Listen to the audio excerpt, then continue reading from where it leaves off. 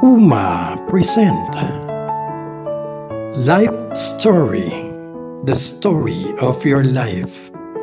Ang programang binuo ng pag-ibig, pagmamahal. Ganun ba yun? Hindi! Sabaw... Ano? Siya lagi! Siya lagi! Kami mismo, mag-iisip, bakit tinago mo siya? Kasi Oo, katulad yun nga. ng ibang live streamer, kailangan ko ng viewer. Di ba, Pwede naman yun.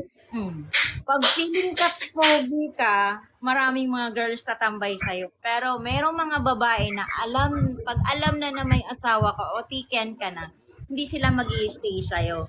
Pero meron namang iba na mag-i-stay kahit malalaman. Parang to admire na lang. Oo. Nako, Mari, kahit itago ko alam ng buong TikTok ng asawa kami. Paano hindi malalaman? Ay, Miss Chacha, yung ano mo, yung upload mo at upload ni Mari ko, halos magkapareho na. Kaya nga. Doon kayo. Nasa FB na yun, nasa Reels, tapos nasa TikTok pa. O, di pares lang. Kaya nga, buong mundo na yun. Ayun, may tanong ako, Mars. Mahal mo or mahal ako? Yung mahal ako, kasi madali lang makatuto ng pagmamahal eh. Mas gusto ko, mahal niya ako. Pero mas maganda doon, both dapat. Nagmamahal pareho. Oo. Pero kasi di ba isa lang yung ano natin. Oo, pipiliin. Gusto ko yung mahal niya ako. Naranasan ko kasi magmahal ng yung mag-isang nagmahal lang. Mark, okay. Next, maingay tahimik.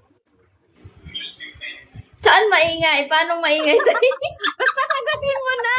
Oy, sabi ni pare kay Mare ako pag nagsiselos lagi ko siya ina-upload sa content ko. Kaya pala. Nag-upload ka after ng meet-up, nag-upload ka na nakayakap pa sa kanya. Sabi ko may something to. Kala mo hindi ko nararamdaman, no? Hi, George K. Ayun, maingay tahimik. Tahimik. Alam mo dati, Maricoy, ako din dati gusto ko tahimik. Gusto ko dati tahimik. Pero kasi parang gusto ko doon, parang gusto ko ng Yan, tahimik daw. tahimik daw. Gusto ko ng parang i-imagine mo the way ka na mag-move. Pero kasi pala hindi. Mas na pag merong may maingay. Hindi, maingay. May nagre-reklamo. Maingay naman ka. Maingay tahimik. O, sige, maingay na. Kasi maingay talaga siya eh. Lalo na pag pinapatawa kami lagi.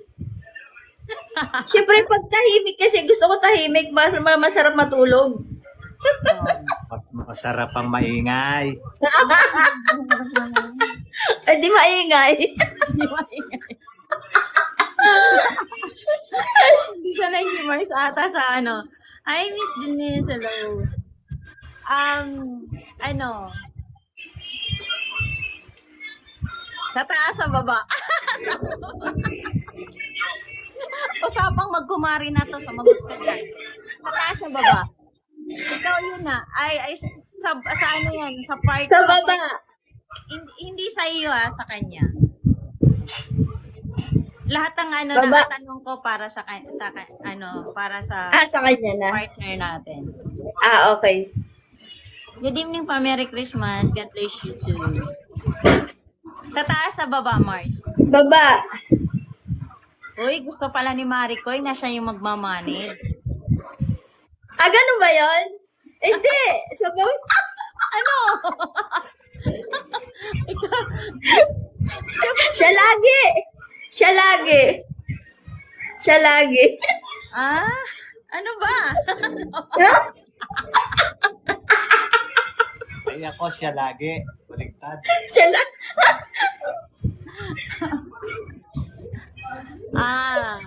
Ayun. Nakahiga lang yan. Oo, totoo. Nasa live na tayo, kaya mag-ingat kayo ah. Pero Wala na po. Pero pag tumahimik na siya, natataranta na ako kahit wala akong kasalanan. Dapat naman talaga, ganun pare ko. Kasi dapat naman talaga, di ba kasi yung mga babae kasi, minsan, ayaw na lang namin na magsalita kami. Mas gusto na lang namin na i-feel nyo yung feelings namin. Kung ano yung pinapakita namin ngayon. Pero Marikoy, di ba, meron ding lalaki na walang pakialam sa nararamdaman mo. Meron. Yung parang kahit na magbakting ka na dyan sa nararamdaman, wala siyang pakialam. Meron naman ganon. Pero si Titututan, malakas siya makaramdam lalo na pag meron akong ayaw sa kanya, malakas siya makaramdam. Yung mga cellphone namin, nandyan lang yan, hindi kami kasi password niya, password ko, pares lang kami. Kaya, ayun. Sabay ang tingin ko sa kanya, no? Ano sabi ni pare ko? Ayun. So sabi ni Apa, ako pag natahimik si kumari mo, ano to copy paste? Baliktad. Dati ganun ako. Nung bago pa kami, hindi ko alam, nagsiselos na siya. So ibig sabihin, napag-aralan ka na ni pare ko. So iniingatan niya na yung mga bagay-bagay na alam niyang ikakasakit sa damdamin mo. Yup. Pero believe din ako kay pare ko kasi may ugali siyang parang alam mo yon, kahit ano na yung ginagawa niya, ganyan siya kabordagol, ganyan siya takakulit. Pero first niya talagang iniisip yung damdamin mo pa rin, Marge. Oo, totoo yun. Yun lang ang nakainam. Kahit na babaero, pogi ako, makulit ako, maharot ako, pero iniisip niya pa rin yung yung damdamin mo. Oo. Sa work kasi, ayan, yung work namin kasi, malapit lang, isang pagitan o dalawang pagitan lang na tindahan. Kasi, nakakasama niya mag-deposit, tas yung isa, parang head sa kanila. Tapos siya, stockman siya. So, madalas niya magkasama. Tapos, malapit yung mukha, inaayusan siya, mini-makeupan. Siyempre, ikaw babae, masasaktan ka. Kasi dapat ikaw ang gumagawa nun sa kanya. Bakit? Diba? Yun nga, Marce, yung sinasabi ko. Pag mahal mo, nagiging selfish ka. Yep. Kasi gusto mo sa'yo lang yun. Akin to eh. Wala makikialam na iba. Pero totoo dapat yun naman talaga. Yun nga lang, yung ibang babae, alam na mayroon Hello, na. Che. Papasok pa din. Kaya nga. Basta nasa lugar lang yung ginagawa nila. Pogi kasi ako dati, ngayon alam mo ni Mrs. Pangit na ako, kaya di na siya nagsiselo. Akala ko, sabihin mo pare ko, dati kasi hindi ko alam nararamdaman niya at hindi ko alam na mahal niya ako. So ngayon alam niya na mahal ka niya, kaya gano'n. Marunong naging kami, pinahinto niya ako. O talaga? Tama.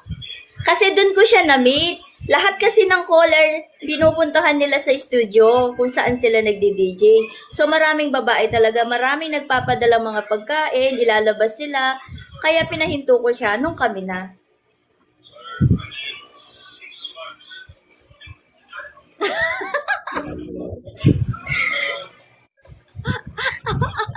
Siyempre, para wala ng selos, walang away, ikaw mismo, didistansya ka, ikaw mismo gagawa ka ng paraan para maging okay kayo at para matatag yung relationship nyo. Yes, diba? Tama. So, sinunod naman niya yon. Yo. So, ibig sabihin, mahal ka niya kasi sinunod ka niya. Pag dating man ako, kasama ko siya. Siya sumasagot ng mga nagko-call at pwede. Kaya nga sinasabi din, Mars, di ba? Pag live streamer ka, wag mong itago. Yep. May asawa ko or my girlfriend. Wag na. Sa Wag na. OPLS kasi, nung harutan nila, merong touch, parang touch na physical man, pero wala yung emotion. Di ba? Oo. Wala yung feelings, basta parang enjoy lang, merong touch man, wala yung pa-cute, yung ganun. Kasi pag yung mga babae din kasi, no, may mga kasalanan din yung mga babae. Pag halimbawa, tayo Yup. dalawa, Totoo yun. ako lalaki, ikaw babae. Nasa live mo ako, tapos magpapakit ka doon, lalo na yung, alam mo yung yung magpapakit yung mananalita na, or yung magpapakit na with action na. Alam mo Oo, yung mga ayun. ganon. Kaya, Ikaw mismo babae, mararamdaman mo yun. tama. Bawal sabihin name. Sabi ni pare ko, iba kasi pakiramdam niya sa babae na yun. Kaya, iniwasan ko. Yun nga yun eh. Yun yung sinasabi ko, Maricoy, di ba? Hala, kinabahan naman ako. Bakit?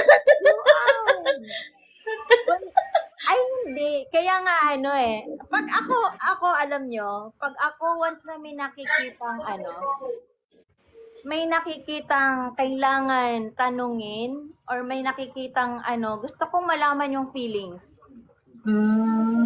Katulad si Miss Joanne, 'di ba ang harutan nila dun sa sa GC namin. Nagbibiruan, nandoon yung masakit na biruan, nandoon yung sila mga sanay. Si Miss Joanne kasi kumbaga bago lang siya sa buhay ni Papa Trike. So tinanong ko siya. Tapos pinaintindi ko din sa kanya. Pero syempre, sabi nga niya, hindi naman ako nasasaktan. Pero minsan kasi pag below the belt na, medyo parang masakit, kaya hindi ko na lang tinitingnan. Kaya sabi ko sa kanya, masanay ka na, lumaki silang ganyan. Nasa tiyan pa lang sila, sanay na sila ng ganyan. Oo. At saka Marico, yung OPLS, yung mga OPLS member ngayon, nandiyan yung mga katulad ko, ganito manamit. Pero, mas gugustuhin ko pang, yung parang hindi tahimik, yung makulit, maharot, kaysa hindi maharot. Mas